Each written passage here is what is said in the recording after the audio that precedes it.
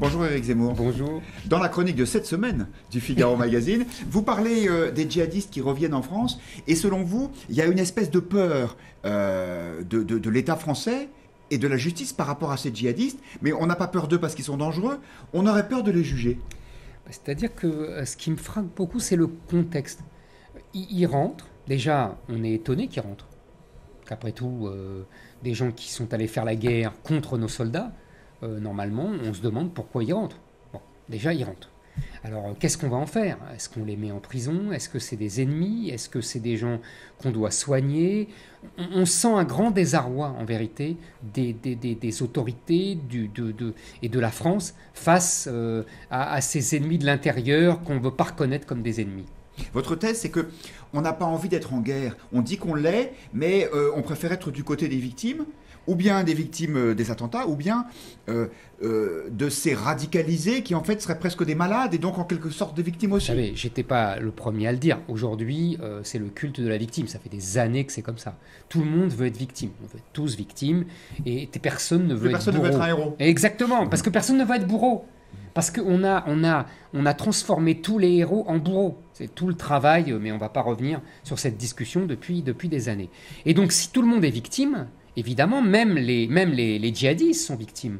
Même Abdelkader Mera est victime, même la mère de Mera est victime, tout le monde est victime. Même Mera, à la limite, est victime. Il a certes massacré des enfants parce qu'ils étaient juifs ou des soldats français parce qu'ils étaient musulmans, mais lui aussi c'est une victime de sa condition, de son origine, de ses discriminations, etc. Vous voyez, c'est un contexte général et qui nous saute au visage aujourd'hui et on ne sait pas quoi faire de toutes ces victimes qui n'en sont pas. Alors vous connaissez cette thèse qui était notamment développée par Éric Dupond-Moretti, l'avocat d'Abdelkader Mera, disant mais nous devons respecter toutes les règles de droit, c'est l'honneur de la démocratie. Alors voilà, c'est la grande discussion de fond. En vérité, Dupond-Moretti aura au moins eu cette utilité, c'est de poser le problème de fond. C'est-à-dire, est-ce que nous considérons ces gens-là comme des délinquants normaux à qui on doit appliquer les règles de droit normales d'un état de droit avec toutes les protections que prévoit notre droit, ou est-ce que nous considérons que ce sont des ennemis et qu'on est en guerre avec eux et qu'on doit leur appliquer un régime de belligérants et donc aucunement de délinquants? Vous voyez, c'est toute la distinction. Et Dupond-Moretti et les autres, il n'est pas tout seul à dire ça, nous disent plus, ils nous disent en fait, toute la stratégie de Daesh et de ces djihadistes, c'est de nous obliger... Je n'y crois pas du tout. Pardonnez-moi, je pense que c'est une dialectique que j'appellerais transférée. C'est-à-dire que c'est la dialectique, je ne sais pas si vous vous en souvenez, de l'extrême gauche des années 70. Vous savez, la bande Abadher, les Brigades Rouges, Action Directe, vous vous souvenez de tous ces gens qui disaient, en fait, la démocratie est le faux-nez du régime totalitaire du capitalisme, et donc, en faisant des attentats, nous allons montrer que, comme ils vont nous traiter mal, en fait, c'est vraiment un pouvoir tyrannique et totalitaire. C'est une dialectique marxiste. C'est une dialectique complètement désuète. C'est pas la dialectique des djihadistes. Les djihadistes, eux, ils sont beaucoup plus simples. Ils tuent pour tuer, ils tuent pour effrayer et pour affaiblir et pour montrer la faiblesse de l'ennemi. Alors, dans ce cas-là, soit on montre qu'on est faible, c'est exactement ce qu'ils attendent, contrairement à ce que nous disent nos subtiles exégètes du droit, ou alors, c'est ce qu'on fait, on continue à montrer notre faiblesse en respectant scrupuleusement nos principes de droit et même, je dirais, en respectant nos valeurs d'une civilisation douce, féminine, qui a tout à fait sa grandeur en temps de paix, mais qui en temps de guerre montre une faiblesse coupable. Merci Éric Zemmour. Bonjour Éric Zemmour. Bonjour. Cette semaine, vous vous intéressez à la pénurie de beurre dans les magasins d'alimentation. C'est donc vous qui faites les courses à la maison? Bon, ça m'arrive, on va pas souvent, faut être honnête, mais c'est surtout que je lis partout qu'il y a une pénurie de beurre, etc. Et donc je me suis demandé pourquoi, et j'ai creusé un peu cette question, et je me suis rendu compte qu'en fait, cette pénurie de beurre était une sorte de parabole de l'époque dans laquelle on vivait. Pourquoi? Parce que, au départ, il y a un problème conjoncturel, qui est en même temps un problème structurel, puisque, vous savez, on a vécu, quand on était jeunes, vous et moi, sous le régime de la PAC. c'est-à-dire la politique agricole commune. Et l'Europe, depuis quelques années, ça fait maintenant longtemps, on a eu assez de garantir les prix, les quantités. Vous vous souvenez des grandes discussions sur les frigidaires pleins et puis les montagnes de beurre, etc. Mais il n'y a plus de montagnes de beurre. Pourquoi il n'y a plus de montagnes de beurre? Parce qu'on ne garantit plus les prix aux agriculteurs.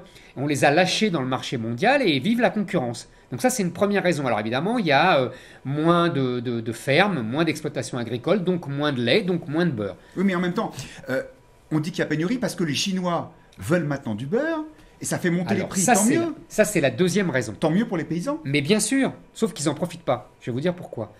Les Chinois veulent du beurre. Et ils veulent du vrai beurre, pas avec du lait pourri, frelaté, etc. Donc on leur achète, et donc ils nous achètent notre beurre. Voilà, du bon beurre. Il n'y a pas que les Chinois. Il y a aussi les Américains et les Américains du Sud. Moi, quand j'étais allé au Mexique il y a 20 ans, ils avaient une margarine infâme. Aujourd'hui, eux aussi, ils veulent du vrai beurre, donc du bon beurre. Donc vous avez tout à fait raison. Nos grands groupes, parce qu'on a des grands groupes, on a 5 grands groupes, Danone, Lactalis, enfin Bell, etc. Ils sont très compétitifs et ils vendent notre beurre. Donc vous allez me dire, ça c'est bon pour les agriculteurs. Pas du tout. Parce que les agriculteurs, eux, ils doivent vendre soit aux industriels qui leur serrent le kiki pour avoir des prix le plus bas possible, pour avoir des marges les plus importantes, soit ils vendent aux grands distributeurs. Et la grande distribution, elle fait la même chose. Et les industriels qui vendent à la grande distribution française, ils en ont marre de la grande distribution parce qu'elle leur donne des prix ridicules. Parce que eux, la grande distribution, fait des marges énormes. Et évidemment, on ne veut pas augmenter les prix. Donc, votre thèse, c'est que la grande distribution se venge. Non, c'est les industriels qui se vengent de la grande distribution en disant, puisque vous ne nous achetez pas notre beurre assez cher, comme maintenant les Chinois nous l'achètent, et ben tant pis pour vous. Vous avez tout compris.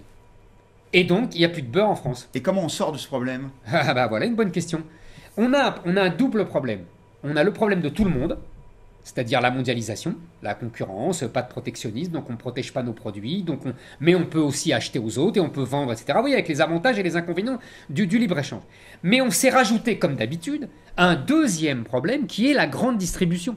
Il n'y a qu'en France où il y a une grande distribution aussi puissante et qui impose ses règles et qui fait la pluie et le beau temps. Il n'y a qu'en France. Et le problème, c'est la grande distribution. Vous l'aimez pas, la grande distribution, quand même, hein? Écoutez, je vais vous dire la vérité. D'abord, c'est un problème esthétique.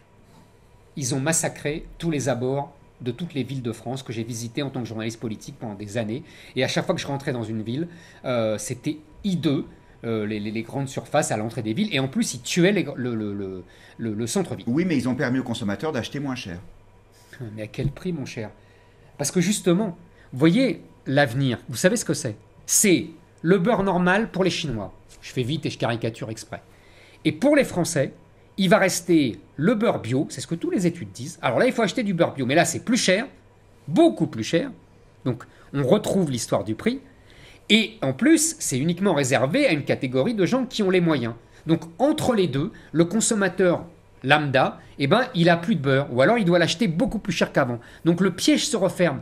Il y a eu une parenthèse enchantée, pour reprendre une image pour mai 68. Françoise Giroud. Là, voilà, il y a une parenthèse enchantée où la grande distribution, effectivement, a semblé répondre aux besoins des gens. Vous voyez, ils achetaient beaucoup et pas cher. En fait, ce dont on ne se rendait pas compte, c'est que c'était au prix de délocalisation industrielle et agricole, donc de perte d'emploi. Le consommateur coûter de l'emploi en vérité, et deuxièmement, il achetait un produit de plus en plus médiocre. Donc le résultat, aujourd'hui, c'est la fin de ce système-là. Merci Éric Zemmour. On retrouve votre chronique dans le Figaro. 8h20, on n'est pas forcément d'accord aujourd'hui avec Éric Zemmour. Bonjour Éric. Bonjour.